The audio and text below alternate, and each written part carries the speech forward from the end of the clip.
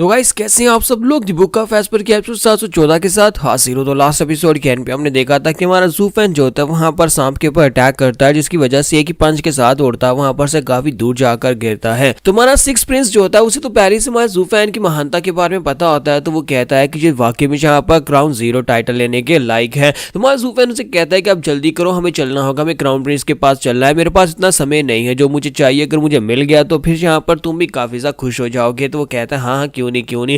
और दूसरी तरफ एल्टर को सिखाते हैं कि एल्टर वहां पर खड़े खड़े सोच रहे होते हैं कि मुझे लगता है कि हम लोगों ने इस लड़के के ऊपर भरोसा करके बिल्कुल भी अच्छा नहीं किया। सिक्स प्रिंस ने जैसा कहा था ये तो बिल्कुल वैसा ही है, यानी कि ये तो एक महान वॉरियर है और एक ही पंच के साथ इसने एथेरियल स्टेज के मास्टर को उड़ा दिया है और उसको यहाँ पर मार डाला है। तो इसी के साथ ही वहां पर एथेरियल स्टेज का मास्टर यानी कि मास्टर शी जो होता है वहां पर उसकी बॉडी तो डिस्ट्रॉय हो जाती है, लेकिन उसकी सोल वहां से निकल आती है, उसकी बड़ी सी स्नेक सोल वहां पर से निकलती है और वो उसे कहता है कि लड़के तुमने पिछली बार भी मेरी बॉडी को स्नीक अटैक करके डिस्ट्रॉय कर दिया था और इस बार भी तुमने यहाँ पर बिल्कुल वैसे ही किया, इस बार फिर से तुमने मेरी मेन बॉडी को डिस्ट्रॉय कर दिया है, लेकिन आज मैं तुम्हें बिल्कुल भी नहीं छोड़ूंगा। तो मास्टर जिन और बाकी के सभी एल्डर्स जो होते हैं वहां पर उसकी बड़ी सी सोल को देखकर बहुत ज्यादा घबरा जाते हैं और कहते हैं कि हम लोग यहाँ पर क्या करेंगे। एथेरियल स्टेज के मास्टर को मारना इतना भी आसान नहीं होता, अगर उसकी फिजिकल बॉडी को डिस्ट्रॉय कर भी दिया जाए तब भी यहाँ पर उसके पास उसकी सोल फॉर्म होती है और इसकी सोल फॉर्म के साथ ये हम सभी को मार डालेगा, क्योंकि रेडियंट स्टेज के मास्टर्स कितने ही पावरफुल क्यों ना हो वो कभी भी यहाँ पर एथेरियल स्टेज की सोल को नुकसान नहीं पहुंचा सकते और अब यहाँ पर हम सभी लोग मरने वाले हैं। तो एल्टर शी भी वहां पर कहते हैं कि लड़के अब यहाँ पर तुम मेरे हाथ से मरोगे,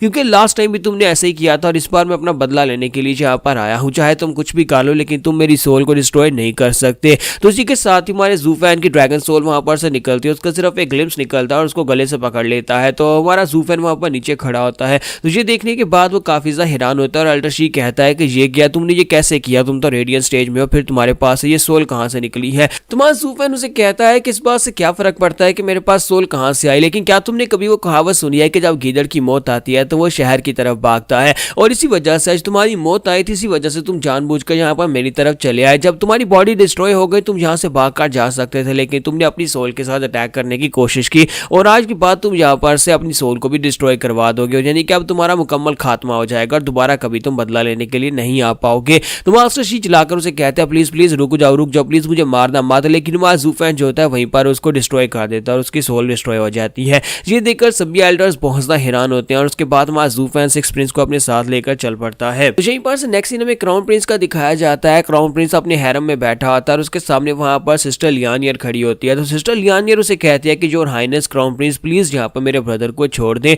मुझे पता है कि मेरे ब्रदर से गलती हो गई है, लेकिन प्लीज यहाँ पर उसे माफ कर दे। तो क्राउन प्रिंस से कहता है क्या तुम्हें लगता है कि मैं इतनी आसानी से उसे माफ कर सकता हूँ, क्या तुम्हें नहीं पता कि तुम्हारे ब्रदर ने किया क्या है, उसने मुझे क्राउन प्रिंस को सभी लोगों के सामने पंच मारा था और उसकी हिम्मत तो देखो, उसने क्राउन प्रिंस को पंच मारा कैसे, मैं उसे इतनी आसानी से कैसे छोड़ सकता हूँ, उसे तो सजाए मौत होगी। तो हमारे लियानियर उसे कहती है कि प्लीज प्लीज यहाँ पर ऐसा मत करें, उसने मेरी वजह से ऐसा किया था, क्योंकि आपने वहां पर पब्लिक के सामने मेरा हाथ पकड़ने की कोशिश की थी, इसी वजह से वो गुस्सा हो गया और उसने आके बढ़कर आपको पंच दे मारा, इसलिए प्लीज यहाँ पर उसे माफ कर दे। वो तो बस एक भाई है जो कि अपनी बहन को प्रोटेक्ट करना चाहता है, तो ये मेरी गलती है, इसलिए मैं यहाँ पर इस गलती का हमेशा भुगतने को तैयार हूँ, मैं यहाँ पर सारे का सारा हिसाब चुका दूंगी। और आपको पता भी है कि हमारी टोबा फैमिली पिछली कई जनरेशन से यहाँ पर क्राउन प्रिंस यानी रॉयल फैमिली की खिदमत करती आई है। मेरे फादर जो है वो टोबा टाइशैन है, जो कि एक महान जनरल रह चुके हैं आपकी आर्मी के अंदर, और मेरे फादर ने आपके लिए बहुत कुछ अचीव भी किया है, यानी आपकी आर्मी के लिए बहुत कुछ अचीव किया है, इसलिए प्लीज यहाँ पर उसको छोड़ दें।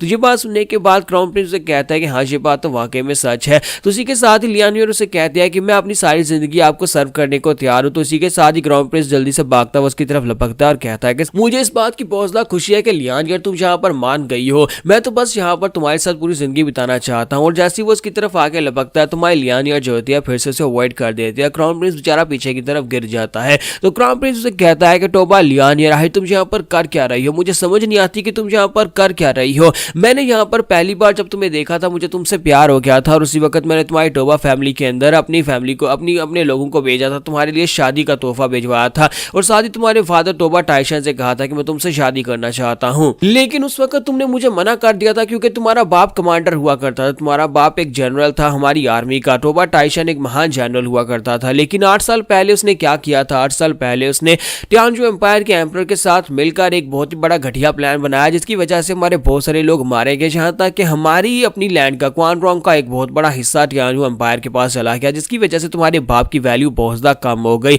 एम्परर ने अगर जहां पर चाहते तो उसे गद्दारी का इल्जाम लगाकर डायरेक्टली उसे जान से भी मार सकते थे, जो उसने घटिया काम किया था। लेकिन उसके बावजूद उसने, क्योंकि अपनी जिंदगी में बहुत सारी अचीवमेंट्स हासिल की हैं, इसी वजह से एम्परर ने उसको डीमोट कर दिया, उसे यहाँ पर एक रॉयल गार्ड बना दिया, उसके पास से कमांडर की पोजीशन को छीन लिया। लेकिन फिर भी यहाँ पर तुम लोगों की इज्जत थोड़ी बहुत तो है ही, लेकिन अब यहाँ पर जो इज्जत तुम्हारी पहले हुआ करती थी ट्रूपा फैमिली की, वो खत्म हो चुकी है। लेकिन इसके बावजूद देखो तुम्हारे अंदर एटीट्यूड कम नहीं होता। मैं क्राउन प्रिंस यहाँ पर तुमसे शादी करना चाहता हूँ, तुम्हें अपनी कंकुबाइन बनाना चाहता हूँ, और मैंने पर्सनली तुम्हारे घर में तोहफे भिजवाए थे, लेकिन इसके बावजूद तुम और तुम्हारे बाप ने यहाँ पर इस बात को मना कर दिया, और आज भी तुम लोग यहाँ पर इस बात को मानने को तैयार नहीं हो। मैं एक ऐसा इंसान हूँ जो कि तुमसे प्यार कर बैठा हूँ, और मैंने आज तक तुम्हारे पर गंदी नजर नहीं डाली और ना ही तुम्हें टच करने की कोशिश की। 8 साल गुजर चुके हैं, लेकिन इसके बावजूद तुम यहाँ पर इस बात को समझने को तैयार नहीं हो। फिर ऊपर से तुम्हारा कमीना भाई बीच में आता है और आकर मुझे पंच दे मारता है, वो भी सभी लोगों के सामने। उसने मेरी इंसल्ट कर दी। क्या तुम्हें पता भी है कि रॉयल फैमिली के लोगों को पंच मारना ये कितना बड़ा क्राइम है? रॉयल फैमिली के लोगों की इंसल्ट करना इतने लोगों के सामने ये एक बहुत ही बड़ा क्राइम है, इसको ट्रीजन माना जाता है। अगर मैं चाहूँ तो तुम्हारे ब्रदर का अभी सर कलम करवा सकता हूँ, लेकिन क्या करूँ, मैं तुमसे प्यार जो कर बैठा हूँ। जब भी मैं तुमसे पूछता हूँ कि हम लोग कब शादी करने वाले हैं, तुम आगे से इसको कह देती हो कि अभी नहीं अभी नहीं, और ये कहते कहते 8 साल गुजर चुके हैं। क्या तुम्हें यहाँ पर मैं कोई बेवकूफ दिखाई देता हूँ? मैं इस बात को समझ चुका हूँ कि तुम्हें यहाँ पर मुझसे शादी करनी ही नहीं है। और इसी के साथ प्रिंस उसके पास पहुंच जाता है और उसे कहता है अभी भी तुम्हारे पास एक मौका है, अभी भी यहाँ पर मान जाओ। तो हमारी लियानियर उसे कहती है कि प्लीज योर हाइनेस मुझे माफ कर दीजिएगा। तो क्राउन प्रिंस फिर से खुश हो जाता है और कहता है कि मुझे यहाँ पर तुम्हारी माफी नहीं चाहिए, मुझे सिर्फ और सिर्फ तुम चाहिए। और जैसे वो फिर से उसकी तरफ आगे लपकता है, इसी के साथ ही लियानियर क्योंकि एक मार्शल आर्टिस्ट है, तो वो उसके ऊपर प्रेशर लगाकर उसे धक्का देती है, जिसकी वजह से क्राउन प्रिंस उठता है, पीछे जाकर दीवार के साथ टकराता है। और दीवार के साथ टकराने के बाद क्राउन प्रिंस की हालत खराब हो जाती है। तो लियानियर कहती है कि प्लीज प्लीज मुझे माफ कर दीजिएगा, मैं यहाँ पर आपको इस तरह से धक्का नहीं देना चाहती थी, मैं तो बस यहाँ पर आपको हल्का सा पीछे हटाना चाहती थी।